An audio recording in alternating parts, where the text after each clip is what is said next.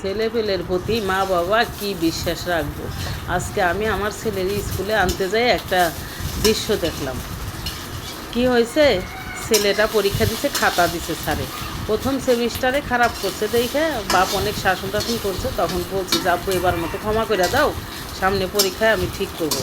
তো সামনে পরীক্ষায় সে তো পরেই না, প্রথম সেমিস্টার খারাপ করছে, দ্বিতীয় সেমিস্টারও খারাপ করছে। আর বলতেছে দোস্ত একটা ঘটনা ঘটে গেছে, আমি তো আমার আব্বুর এই কথা বলছিলাম, আমার তো এই পরীক্ষাও খারাপ হয়েছে। আসলে আমার পরীক্ষা ভালো হইব কি, আমি তো পড়ালেখা করি না, কী করা যায়?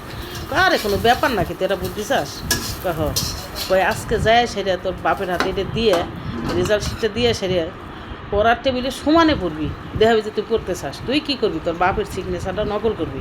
তোর বাপের কি ব্যাংকে টাকা পয়সা আছে রে দোষ? হ্যাঁ আছে, 2-3 কোটি টাকা আছে, সয় সম্পত্তি আছে। তোরা কয় ভাই? কয় 3-4 ভাই। আচ্ছা ঠিক আছে, তুই এক কাজ করি, সিগনেচার নকল করে টাকাটি তোর নামে লয়ে লবি, আর জমিগুলো তোর নামে রেজিস্ট্রি করে নিবি। কয় তুই আবার কেমন কথা বললি রে দোস্ত, আমার 3টে ভাই আছে না রে? আরে দূর বেটা, আগে চাষা আপনার যান বাসা, আপনার যান বাসা। ওই কথা ভাইবে লাভ নাই, ভাইয়ের কথা ভাইবে ওদের দিবি বিনা পয়সায় ব্যবসা ধরায়, ইল্লেল্লার ব্যবসা। তুই তোর স্বার্থ বুঝ, পৃথিবীটা হচ্ছে স্বার্থের জায়গা। আরে আমার এরকম হইলি তো আগে আমারটা বুঝতাম, ধরো ভাই দিয়ে কী করুম, বাপ দিয়ে কী করুম।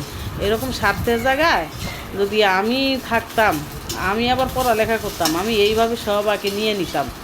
এটা কথা হইল যে আমি কষ্ট করুম সবাইরে নিয়ে? না, আমি একাই সুখে থাকুন, সবাইরে নিয়ে কষ্ট করার মতো টাইম বা সময় কোনোটা আমার নাই। ধরো বাদ দে তো তুই, হয়েছে এইসব চিন্তা ভাবনা। তো ভালো বুদ্ধি দিস অষ্টে দোস্ত, এই বুদ্ধিটা তুই কই রাখছিলি? এই বুদ্ধিটা তুই আগে দিলি, আমি তো এক অক্ষরও পড়তাম না। তা আজকে থেকে নিয়ত করলাম যে পড়ালেখা আমি বন্ধ করেই দিব, বন্ধ করে দিয়ে বাপরে 10-5-15 বুঝ দিয়ে এইভাবে কিছুটা দিন যাক, আমি না পারলে তো সাবালক সব জমি আমার।